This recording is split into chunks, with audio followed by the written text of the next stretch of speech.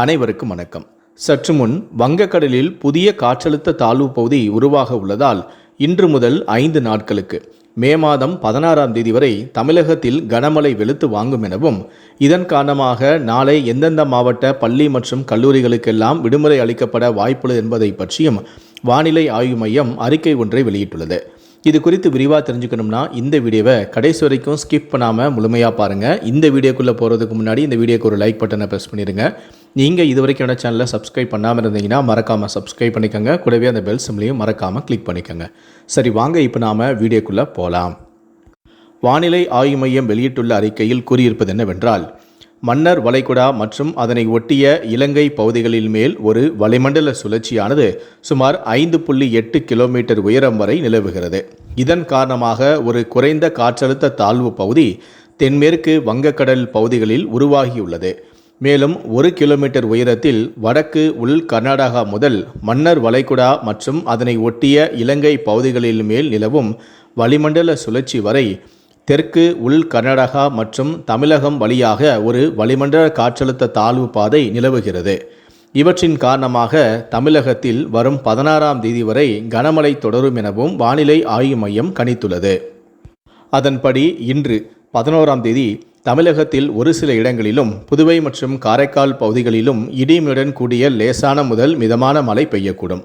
ராமநாதபுரம், திருநெல்வேலி, கன்னியாகுமரி மற்றும் தூத்துக்குடி மாவட்டங்களில் ஓரிரு இடங்களில் இடி, மின்னல் மற்றும் பலத்த காற்றுடன் மணிக்கு 40 முதல் 50 கிலோமீட்டர் வேகத்தில் கூடிய கனமழை பெய்யும் எனவும் தெரிவித்துள்ளது.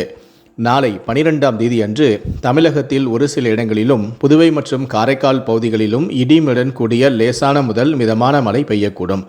தஞ்சாவூர், திருவாரூர், நாகப்பட்டினம், மயிலாடுதுறை, புதுக்கோட்டை மாவட்டங்கள் மற்றும் காரைக்கால் பகுதிகளில் ஓரிரு இடங்களில் இடி, மின்னல் மற்றும் பலத்த காற்றுடன் கூடிய கனமழை பெய்யக்கூடும்.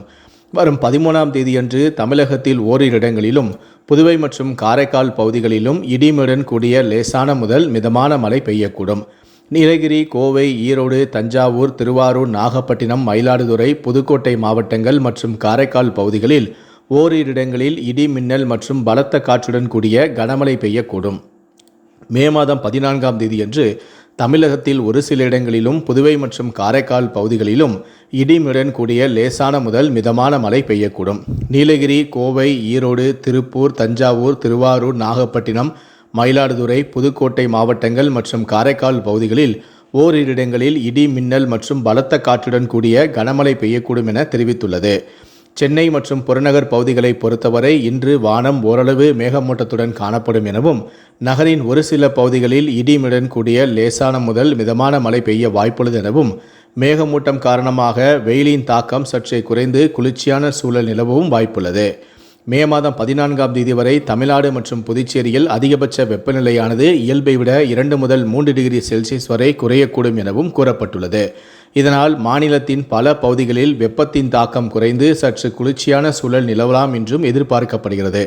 தமிழகத்தின் தென் மாவட்ட கடலோர பகுதிகள், மன்னார் வளைகுடா மற்றும் அதனை ஒட்டிய குமரிக்கடல் பகுதிகளில் இன்று முதல் மே மாதம் 12ஆம் தேதி இன்று மற்றும் நாளை மே மாதம் 12ஆம் தேதி வரை சூறாவளி காற்று பலமாக வீசக்கூடும் எனவும், காற்றின் வேகம் அதிகமாக இருக்கும் என்பதால் பாதுகாப்பு கருதி மீனவர்கள் இந்த பகுதிகளுக்கு இன்று மீன்பிடிக்க செல்ல வேண்டாம் எனவும் வானிலை ஆய்வு மையம் அறிவுறுத்தியுள்ளது.